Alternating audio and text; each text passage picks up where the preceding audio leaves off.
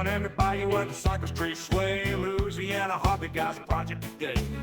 Crafting a custom exhaust port with pride for his laser engraver on his wild ride. Oh, let that Cajun rhythm flow. Watch the braver fly, see the creativity grow. In the heart of the bayou, where dreams take flight, Louisiana Hobby Guys working late tonight.